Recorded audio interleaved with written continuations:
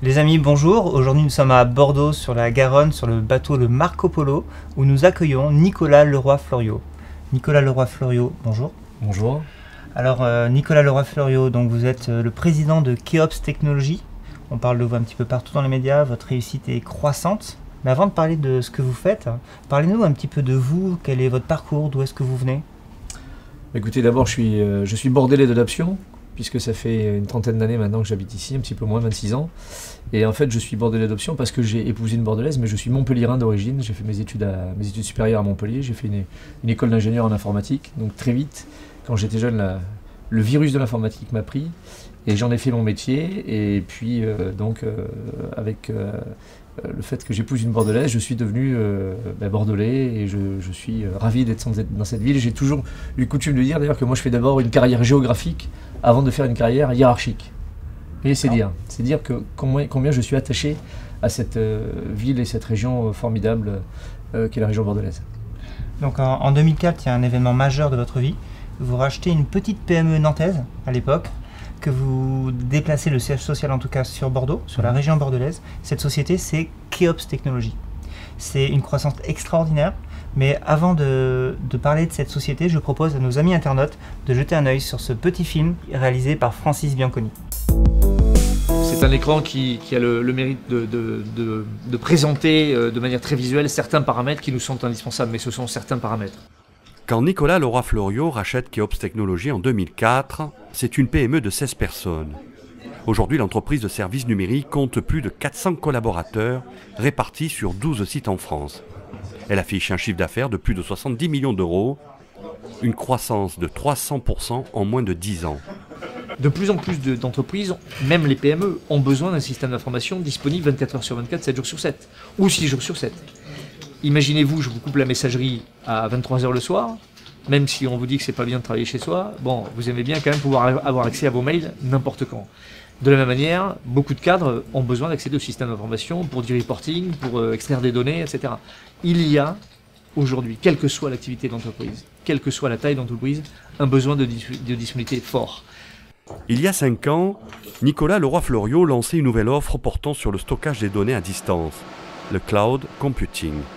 Résultat aujourd'hui, l'entreprise compte une centaine de clients sur cette seule activité.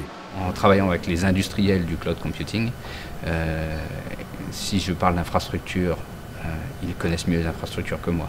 Si je parle de collaboratif, ils connaissent mieux le collaboratif que moi. Si je parle de sécurité, ils connaissent mieux la sécurité que moi parce qu'ils sont spécialisés, qu'ils le font pour des milliers de clients. Le marché français du cloud, tous segments confondus, est passé de 2 milliards d'euros en 2012 à plus de 4 milliards aujourd'hui. 30% des entreprises françaises déclaraient recourir à des solutions de cloud, un secteur qui devrait s'accroître dans les années à venir. Il n'y a pas très longtemps, on employait le mot ferme numérique.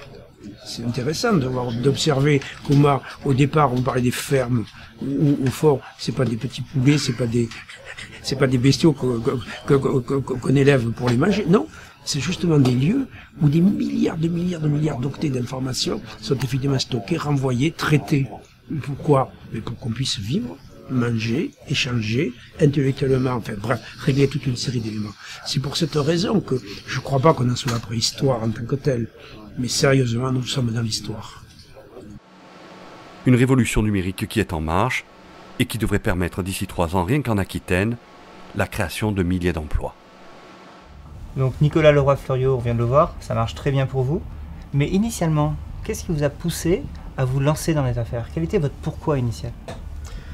Mais écoutez, en fait, c'est un de mes profs d'informatique quand j'étais donc en école d'ingénieur à Montpellier, avec qui j'avais sympathisé, avec qui j'ai noué une relation assez affective, et qui, au fur et à mesure qu'on s'est connus, il m'a dit, tu sais, alors que je me destinais à une carrière plutôt technique, comme chef de projet, analyste, ce prof m'a dit, tu sais, toi, tu es vraiment fait pour faire du business. T'es pas fait pour rester assis en place sur une chaise à longueur de journée, t'es fait pour voir du monde, t'es fait pour convaincre, t'es fait pour vendre. Tu devrais te spécialiser, faire donc une école de vente et donc t'orienter vers la vente de produits et de services informatiques. Voilà. Donc c'est ce prof-là, pendant les études supérieures, qui m'a poussé à ça. Comme j'avais beaucoup de confiance en lui, beaucoup d'attachement, je l'ai écouté. Et puis j'ai démarré ma carrière chez Burux, Burroughs était le 3e constructeur d'informatique américain à l'époque, qui a fusionné Xperi, qui est devenu Unisys. Et à l'époque, il y avait 2 écoles de vente en fait, qui étaient connues. C'était Rank Xerox, qui avait une superbe école de vente, et l'autre c'était Burroughs. J'ai choisi Burroughs parce que c'était plutôt orienté produit professionnel, produit pour les entreprises, alors que Rank Xerox était plutôt orienté reprographie bureautique. Donc j'ai intégré Burroughs et j'ai fait pendant 9 mois l'école de vente Burroughs, donc qui fait partie des des écoles les plus célèbres dans le domaine de l'informatique, des 2 écoles de vente les plus connues en tout cas. Donc la vente, la communication, c'est quelque chose qui vous fait vibrer, qui vous passionne à la base? Oui, moi j'aime rencontrer effectivement des gens, j'aime leur parler de mon entreprise, j'ai envie de dire, j'aime anticiper leurs besoins. Hein. Je crois que dans la notion de la vente, dans la notion de vente, il y a une notion d'anticipation des besoins. Je dis souvent à mes collaborateurs, il faut savoir proposer le bon service ou le bon produit avant les concurrents, avant que les concurrents le fassent. Donc il faut susciter le besoin et proposer la solution avant les autres. Donc le fait de convaincre que un client qui a une problématique donnée ou de susciter une problématique et d'apporter la solution, c'est un plaisir intérieur qu'on a du mal à dissimuler quand on est passionné par ça. Vous parlez là de plaisir, de passion. Est-ce que vous insinuez qu'il y a un lien direct entre la passion et le succès? Oui, clairement, je crois que, enfin, c'est ma lecture, je crois qu'on peut difficilement réussir dans une entreprise, quel que soit le niveau, si on n'est pas passionné par le produit ou par l'entreprise ou par le service qu'on représente. Si on le fait contraint et forcé uniquement parce qu'il faut gagner de l'argent, je pense qu'on est forcément moins pertinent. J'ai envie de dire, l'argent vient, à mon sens, en second lieu. C'est d'abord la passion du produit, la passion de la technologie, la passion du service. Et dans notre métier, qui est un métier complexe, parce qu'on vend des services informatiques extrêmement complexes, si on n'est pas passionné, je pense qu'on a du mal à réussir. Hein. Je dis souvent à mes collaborateurs, le business, hein, les collaborateurs commerciaux, les ingénieurs commerciaux, le business c'est 50% de compétences, 40% de relationnel et 10% de chance. Hein. Si vous n'avez que de la compétence, ne faites pas de business, soyez plutôt consultant technique. Si vous avez que du relationnel, allez vendre plutôt des voitures ou des aspirateurs. Pas besoin d'aller s'intéresser à de la technologie qui est un produit complexe. Hein. Si vous n'avez que du relationnel, c'est pas la peine. Et si vous n'avez que de la chance, allez au casino. Donc c'est un mix des trois, de ces 3 qualités qu'il faut avoir, je crois, pour réussir en tout cas dans ce métier-là.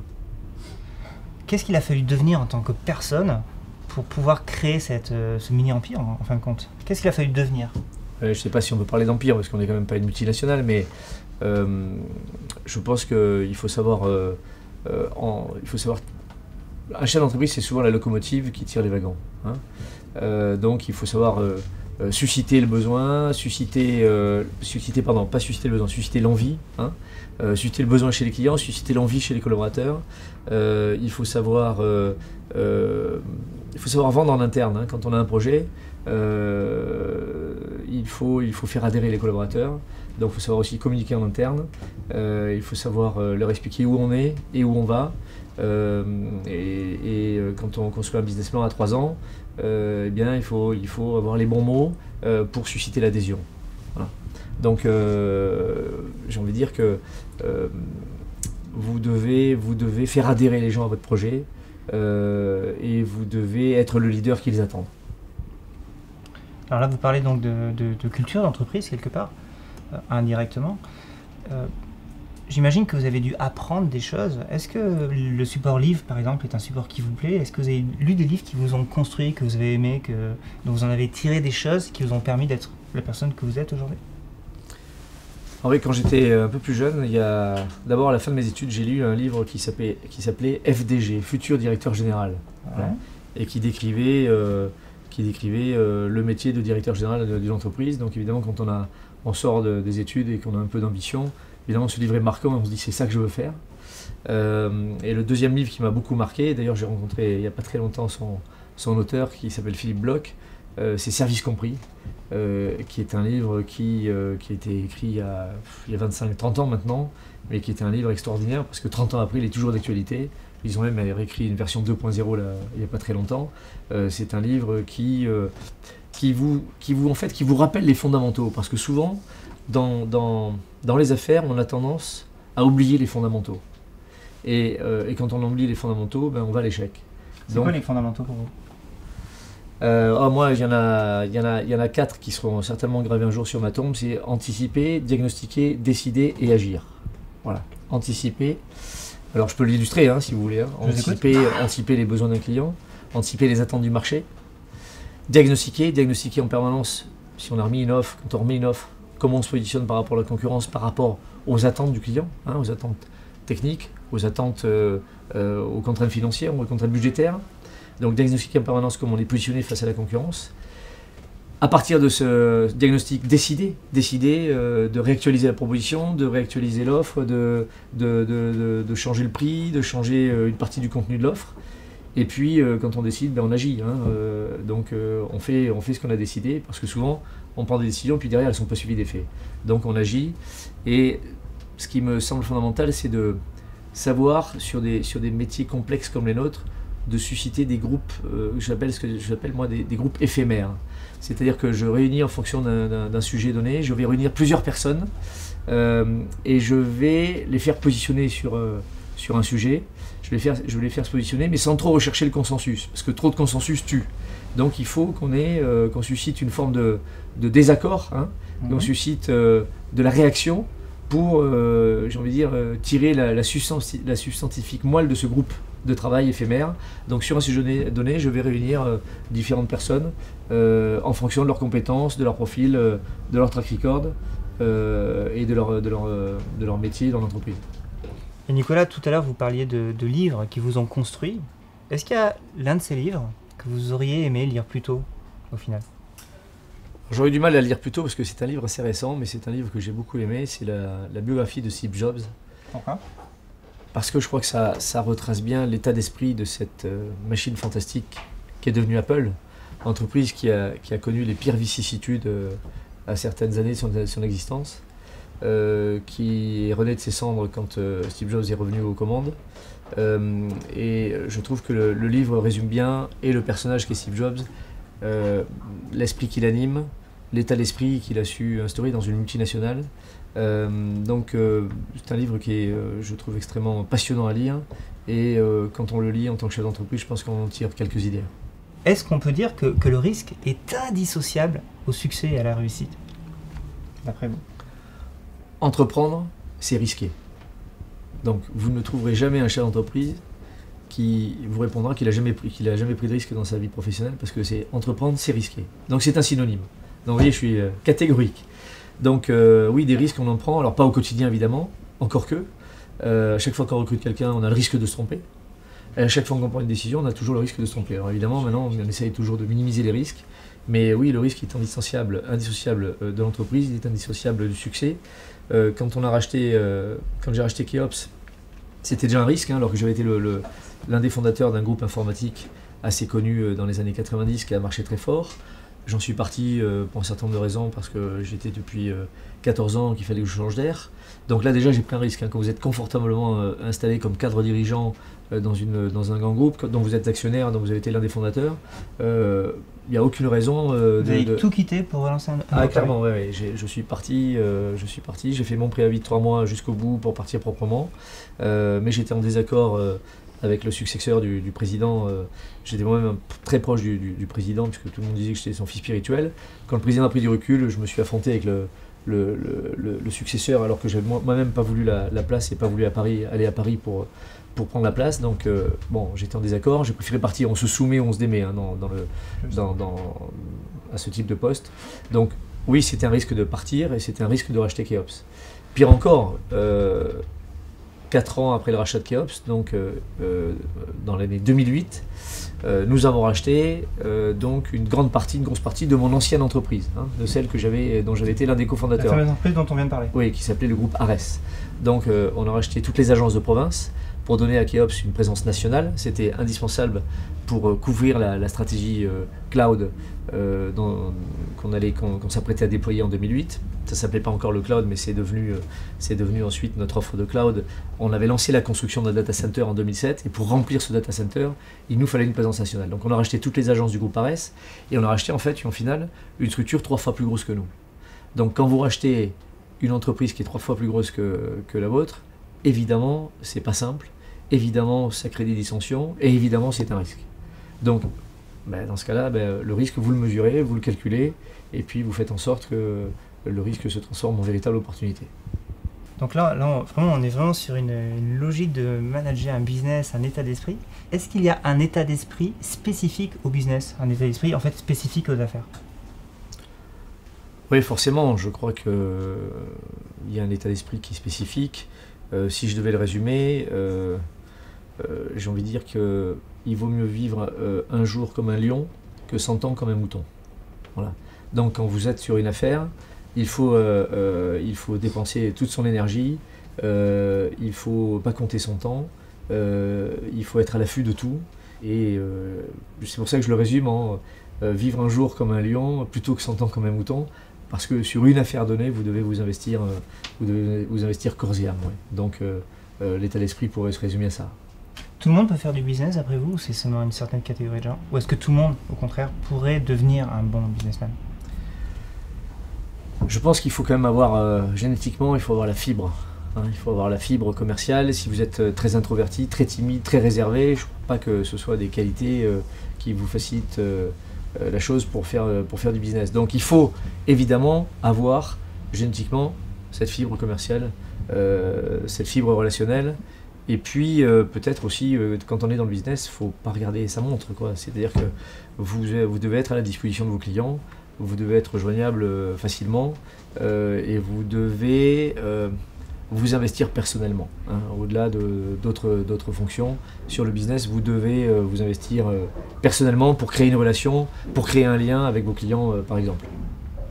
Alors quand on crée un business de la taille de votre entreprise, forcément ça génère du chiffre d'affaires, de l'argent. L'argent justement qui est avant tout un outil, en quoi peut-il être un piège pour un entrepreneur? Il peut être un piège s'il devient la motivation première. Voilà, je crois que ça c'est l'erreur à ne pas commettre. Moi je fais partie des gens qui pensent vraiment pas à l'argent. Et même quand j'étais plus jeune, je veux dire, l'argent n'a jamais été un moteur. Je crois qu'il faut d'abord avoir envie de gagner, il faut d'abord avoir envie d'être le meilleur dans son métier, il faut avoir envie d'être innovant, il faut avoir envie d'être différenciant. Mais il ne faut pas penser à l'argent. L'argent vient après, si vous avez du succès dans les affaires, l'argent vient, mais ça ne doit jamais être la motivation première. J'en veux pour preuve au niveau de Keops, ça fait des années qu'on n'a pas versé de dividendes, parce que tous les bénéfices que nous réalisons au niveau de Keops, on les laisse dans l'entreprise pour financer notre développement, financer notre croissance externe, financer nos investissements liés au data center, aux nouvelles technologies, à la R&D. Donc vous voyez, l'argent n'est vraiment pas un moteur. Clairement pas. Et il doit jamais l'être, il doit surtout pas, en tout cas, ça ne doit pas devenir le moteur principal. Sinon, c'est l'échec assuré. On en revient en fait à ce qu'on disait au départ, cette fameuse notion de passion, qui était d'ailleurs évoquée par Bill Gates un jour, qui disait que trouve ta passion et crée-en une entreprise. En fait, vous avez un peu la même, pas forcément avec les mêmes mots, mais en tout cas le même état d'esprit. Je ne connaissais pas cette approche de Bill Gates, mais c'est complètement ça, ouais, absolument. Alors si un jeune, puisque aujourd'hui vous savez faire de l'argent, même si ce n'est pas votre focus premier, si un jeune vient vous demander des conseils pour faire de l'argent, qu'est-ce que vous lui répondriez? Je lui répondrai d'abord de trouver effectivement quelle passion l'anime, quel produit l'anime, quel service l'anime, ouais, clairement je lui dirais bon, d'abord qu'est-ce que tu voudrais faire comme métier, voilà. Quel métier te plaît d'abord.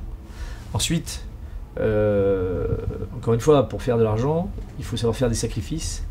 Je crois que c'est difficile de concilier la vie de businessman très impliqué dans les affaires et la vie privée. Donc je lui dirais, assure-toi que ton entourage personnel va être capable d'assumer, de comprendre et d'assumer le fait que tu sois peu disponible, que tu rentres tard souvent le soir, que tu sois absent certains week-ends. Donc assure-toi que ton entourage sera capable d'encaisser ce mode de vie-là. Beaucoup de couples se séparent parce que l'un des deux époux travaille trop ou est absent, etc. Donc il faut avoir cette espèce d'osmose intellectuelle au niveau de la vie de famille pour que les gens acceptent ou l'entourage accepte cet investissement personnel. En fait, le succès, puisque c'est l'un des thèmes centraux de cette interview, le succès est peut-être plus important encore, l'accomplissement personnel. Tout le monde en parle, mais très peu de gens arrivent vraiment à le définir. Enfin, il y a des dizaines, peut-être des milliers de définitions. Quelle serait la vôtre? Quelle serait votre définition du succès et quelle serait votre définition de l'accomplissement personnel? Alors j'ai une définition du succès qui est peut-être un peu un peu hors norme. Pour moi, le succès, c'est pouvoir faire ce qu'on veut, quand on veut et comme on veut. Donc, vous voyez, je ne sais pas si... C'est compliqué. C'est possible. Voilà. Est-ce que c'est possible? Je crois que c'est possible. Je crois que ça peut l'être. Mais en tout cas, ce qui est certain, c'est que ce n'est pas facile à réaliser. Hein, avoir toute la liberté de faire ce qu'on veut, quand on veut, comme on veut.